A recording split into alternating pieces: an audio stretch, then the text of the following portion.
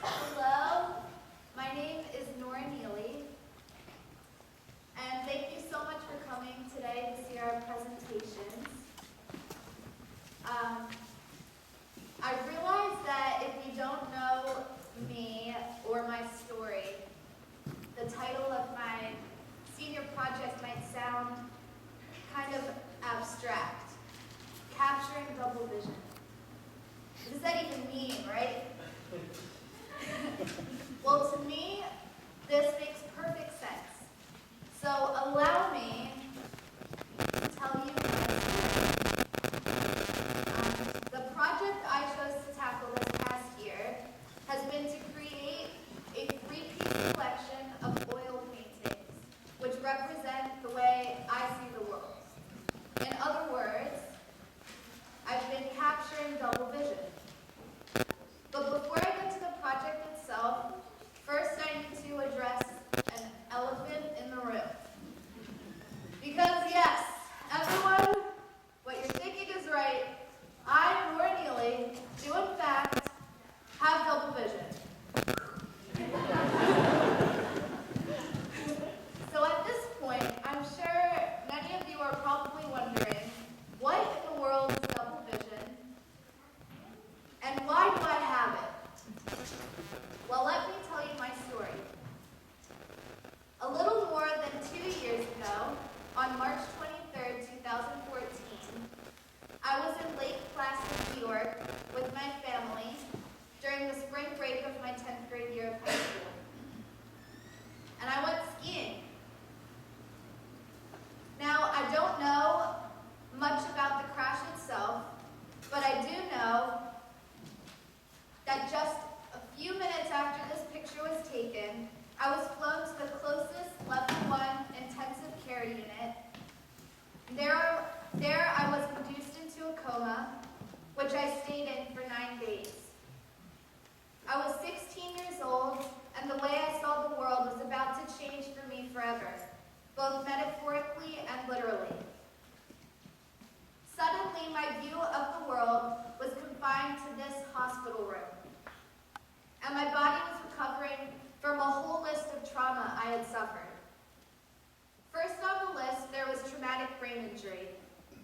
There were also several fractures and lacerations, along with many other serious complications. And then, about halfway down the list of my original diagnoses, is one of the most serious and the longest lasting result of my accident. It reads, RICA pseudoaneurysm, traumatic. What this means is that due to the trauma of my accident, a blood-filled dissection in the vessel wall of the right side of my internal carotid artery, RICA, was formed. In other words, the trauma of my accident caused an aneurysm, which was threatening my life. The picture on the left is my aneurysm. I am thankful to have been lucky enough to have had the help of an amazing team of healthcare providers, including my mentor, Christine O'Neill, who assisted in performing 2 of the 3 surgeries I underwent with my aneurysm. The picture on the right shows my aneurysm now that it is filled with what are called coils and stents.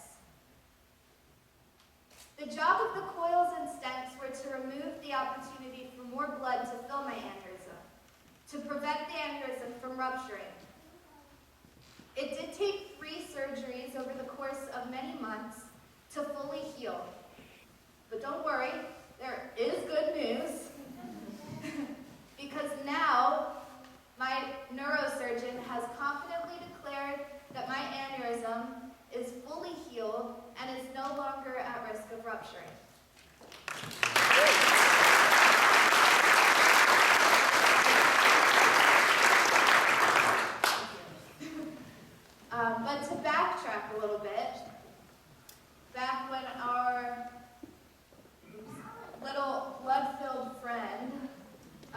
was still filling up,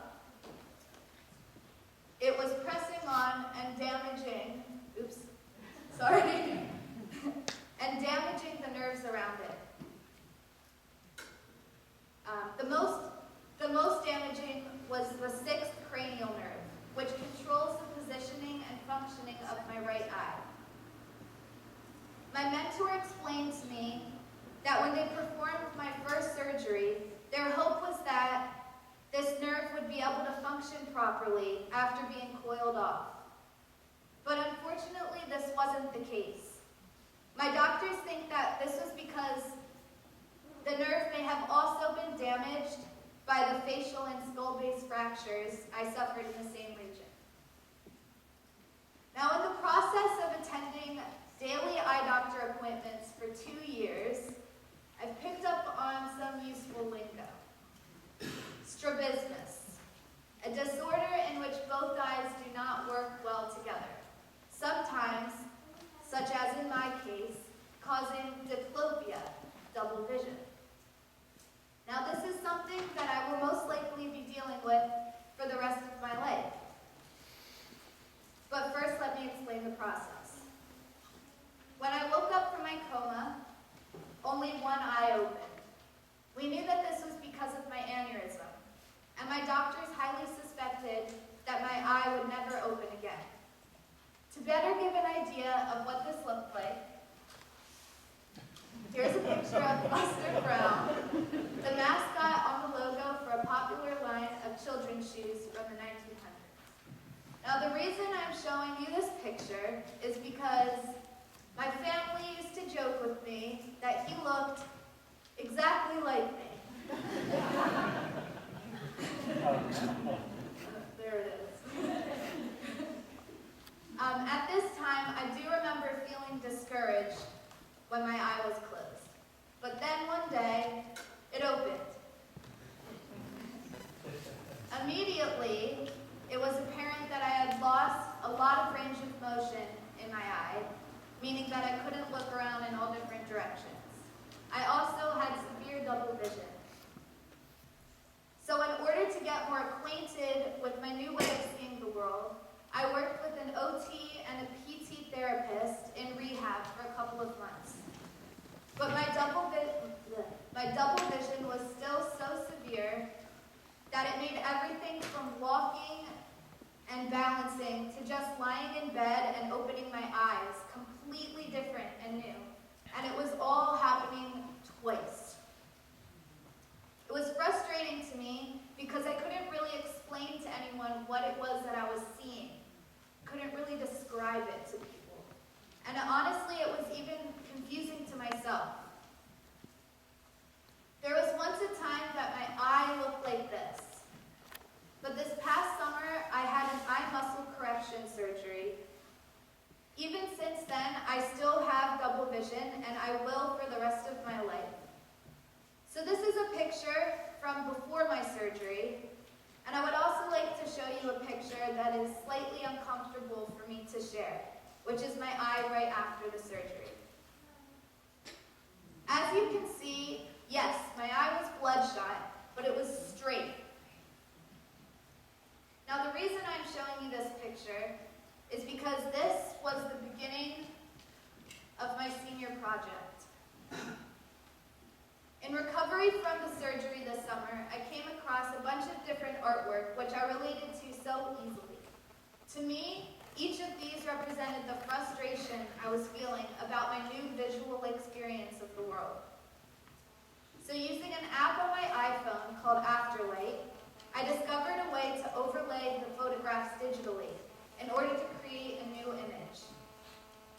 So I took some of the artwork I had found and combined it with a photo of my bloodshot eye, and I came up with my new outlet for personally expressing what I see.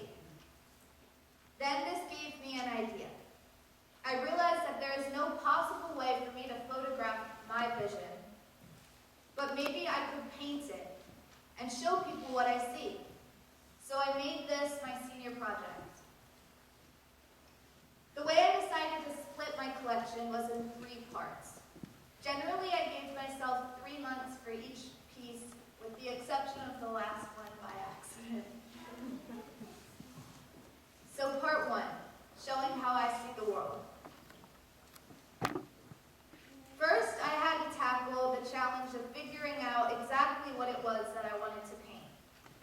So I talked for a long time on the phone with my mentor, and she helped me to articulate my idea. This was that, with double vision, being in especially tight places is extremely disorienting and difficult for me. I wanted to express that in my piece, because everyone walks down a grocery store aisle, but no one experiences it quite like I do. I thought it was a great solution to my landscape subject dilemma, but then I had a better idea. I walked out of my room and looked down a hallway. And then I had it. A hallway. It's tight and disorienting and much easier to paint and take a picture than a grocery store aisle. I like this idea better anyway because I felt it was more simple and personal and would be a more powerful way to express what I was hoping to. So, using the Afterlight app, I was able to recreate the way that I saw it, from standing at one end of the hallway. And then I had the beginning of my first piece. So I sketched it out, and then it was time to paint. And for this project, I decided to stretch all of the canvases myself because I felt it made the pieces more fully my own. So this is a picture right after I finished stretching my first canvas. Here are some pictures along the painting process. And then 3 months in, I had completed painting how I see the world. And so part 2.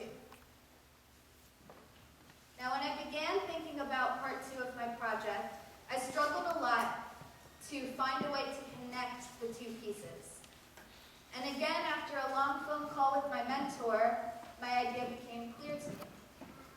It began with practice. I wanted to draw myself from a mirror. That was my original thought. So I did a new pencil sketch almost every day, actually in the school bathroom during like Spanish class or something.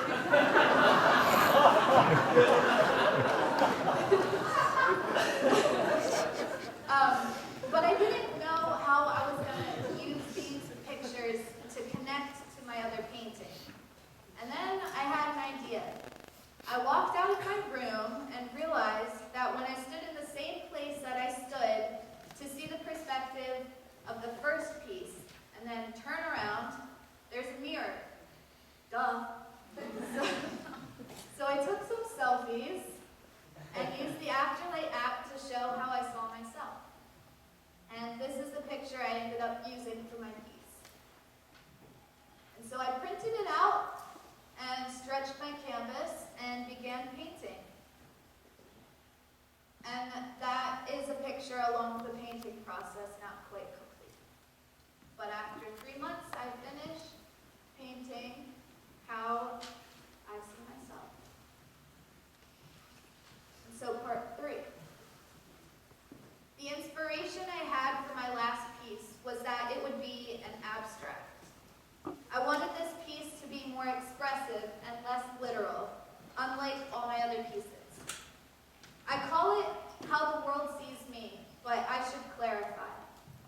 I don't think that people think I'm weird or look down on me for having double vision. I do, however, because I've not always had double vision, understand how someone who doesn't see this way might first think about it. Really, I should call this piece How I Sometimes Feel the World Might See Me, because of me feeling alienated with my vision. At the beginning of the year, I had discovered an artist named Shayna Kraft, whose art I found incredibly relatable and inspiring to me. I knew I wanted to create something like that, but I didn't want to copy her work. So I took a picture of myself. I wanted to make sure I showed the position of both of my eyes. That was important for this piece. Then I overlaid the photograph with the Afterlight app to create an image I felt clearly express the confusion of having double vision, and also that focuses on my eyes. I printed it out and gridded the image, and then I stretched my canvas.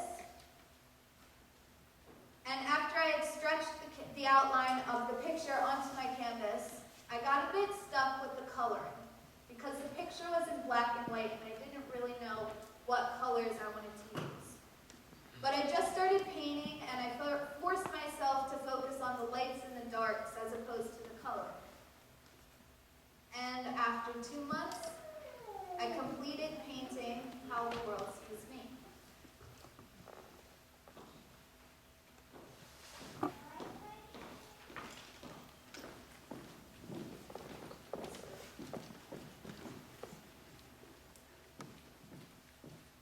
Part 1.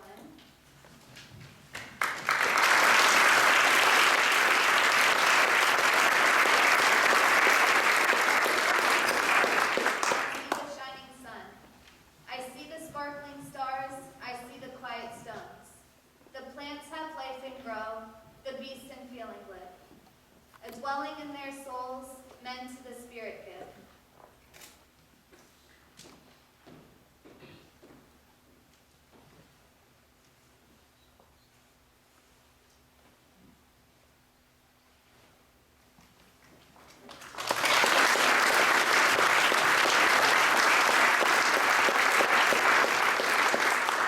I look into the world that lives within myself. God's Spirit lives and weaves in light of sun and soul, in heights of world without, in depths of soul within.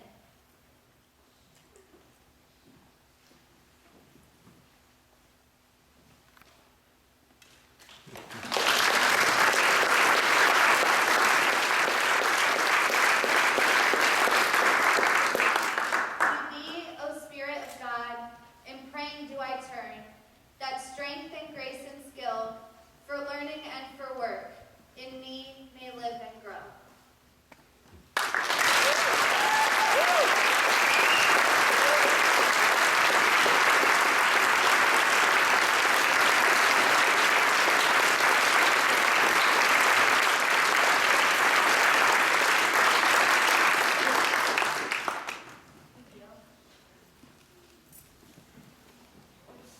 So those are two pieces.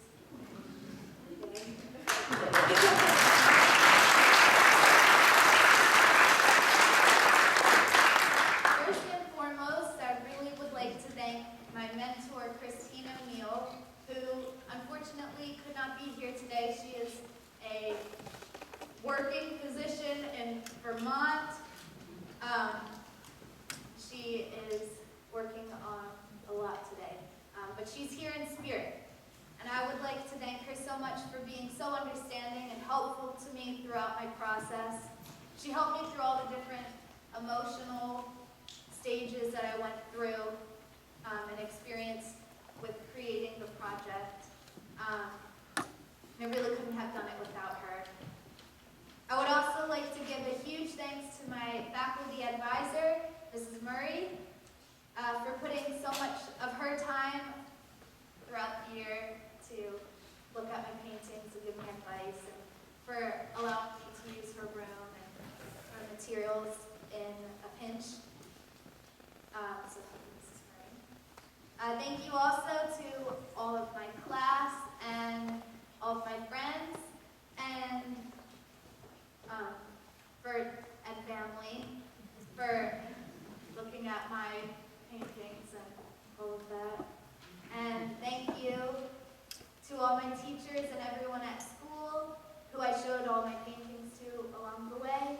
And thank all of you for coming today.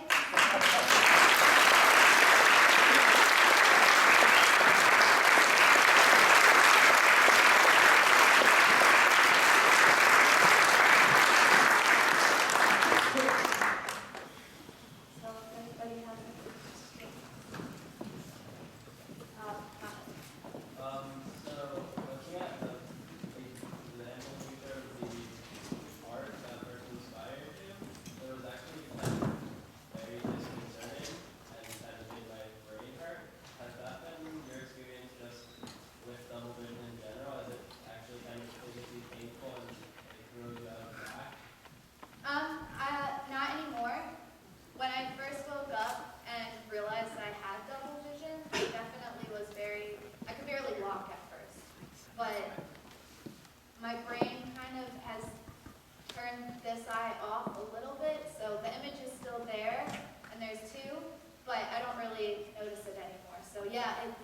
was once very disorienting, but I don't walk into things anymore.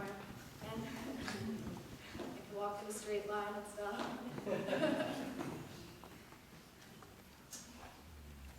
Yeah. Oh, how do I tell what way is forward? That's a good question. I don't really know how to explain other than I kind of just know. The one image is a lot more blurry, which I couldn't really show in my painting too well. But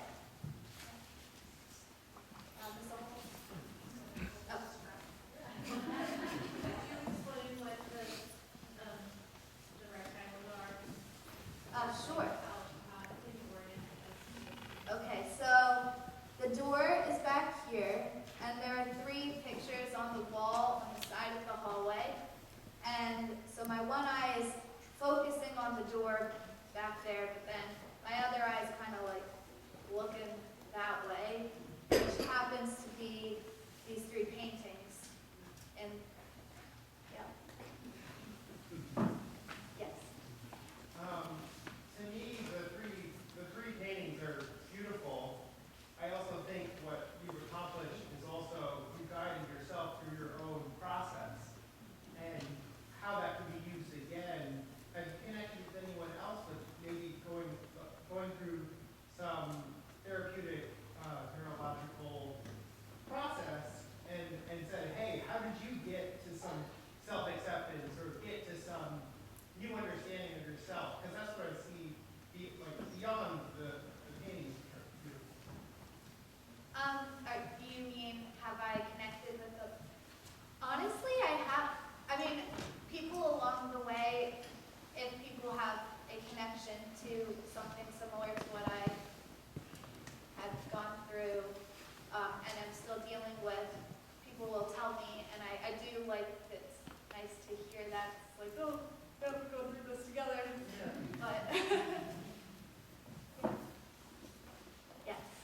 In unveiling your paintings, you spoke Rudolf Steiner's Morning Verse. Could you talk a little bit about what that verse means to you and why you decided to present that?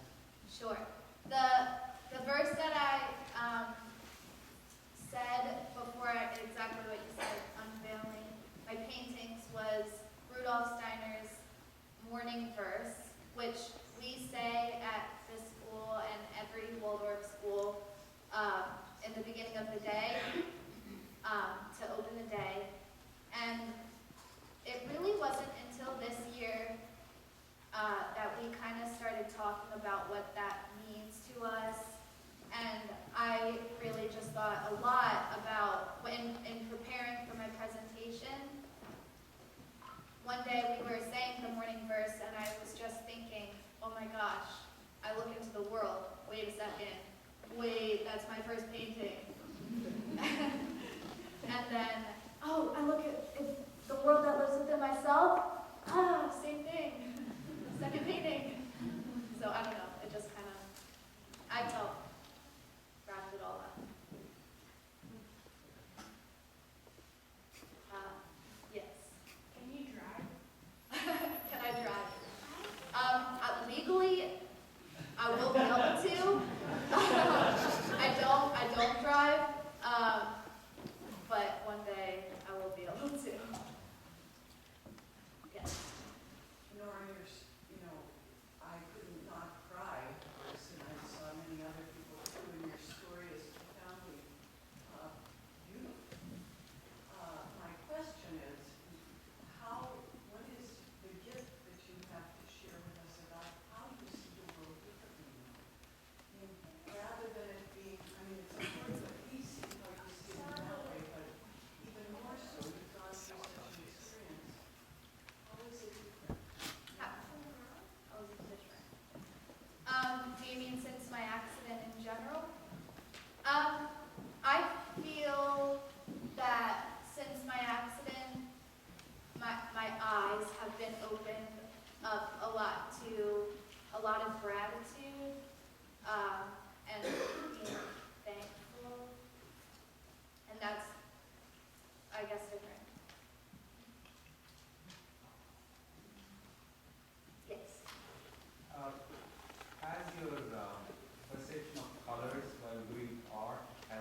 impacted in any way?